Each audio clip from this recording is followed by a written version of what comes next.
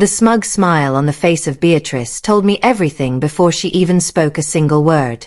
She handed me a cheap company sweatshirt and a coffee gift card during the entire company meeting.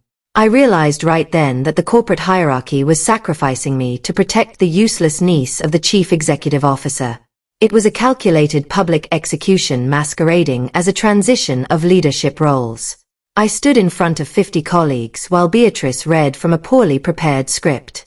She talked about cultural alignment and future directions while stripping away my position. By the way, I would love to know which country you are watching this video from, so please drop your country name in the comments right now, and make sure to subscribe to the channel so you never miss these crazy corporate exposure stories. My years of dedication to Ether were reduced to a polyester sweater with my name hastily written on the tag. The bonus payment I earned was also taken away under the guise of updated performance metrics. Nobody in the room dared to look me in the eye as I accepted the parting gifts. Beatrice had targeted my department from the moment she joined the company as the chief of culture. She did not like my influence or the fact that the engineering team trusted my decisions. I had spent years building the foundation of this business while she spent her time on corporate retreats. The tension escalated when I questioned her massive spending on wellness seminars that looked suspiciously like personal vacations.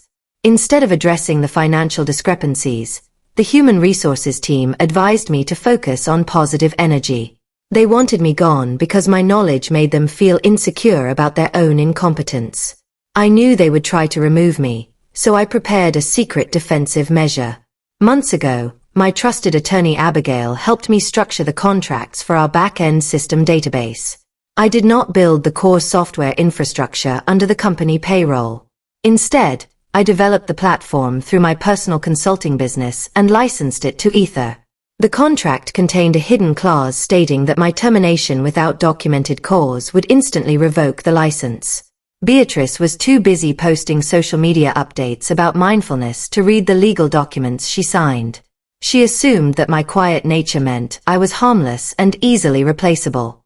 I packed my belongings into my car and logged into my private computer network. The countdown had begun, and the entire digital spine of their operation was about to lock them out completely. I discovered that Beatrice had redirected the department bonus funds into a personal account under a fake vendor name. She stole thousands of dollars meant for the hard-working engineers to fund her lavish lifestyle.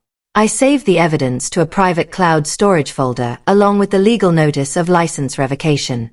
I chose to stay silent and let her celebrate her false victory. For 2 weeks, I watched from a distance as their systems began to crumble without my oversight.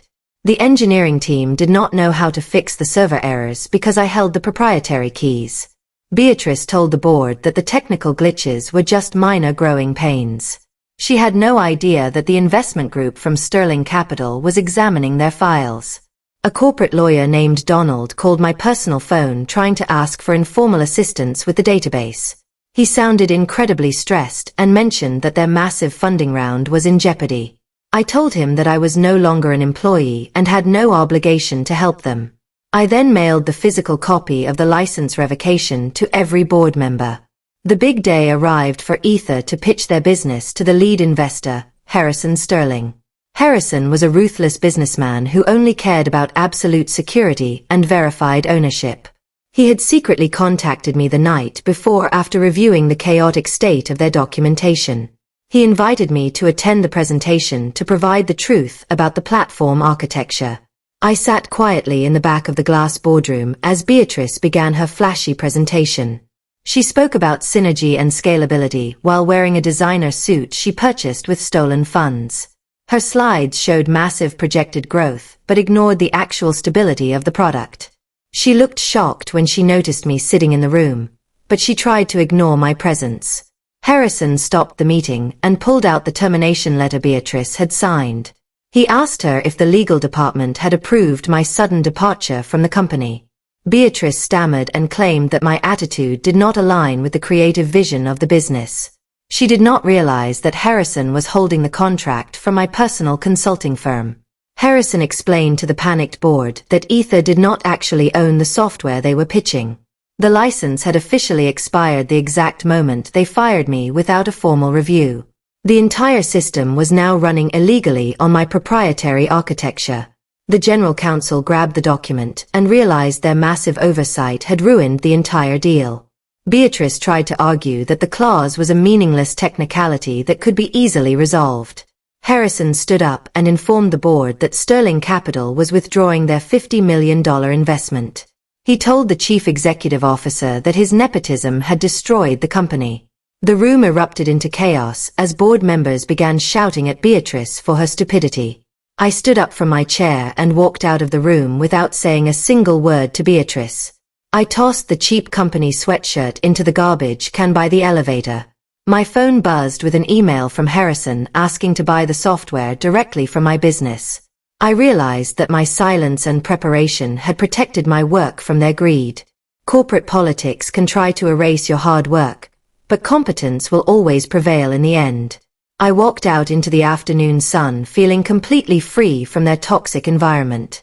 They wanted to humiliate me, but they only succeeded in exposing their own fragility. I learned that building your own foundation is the only way to truly survive the corporate jungle.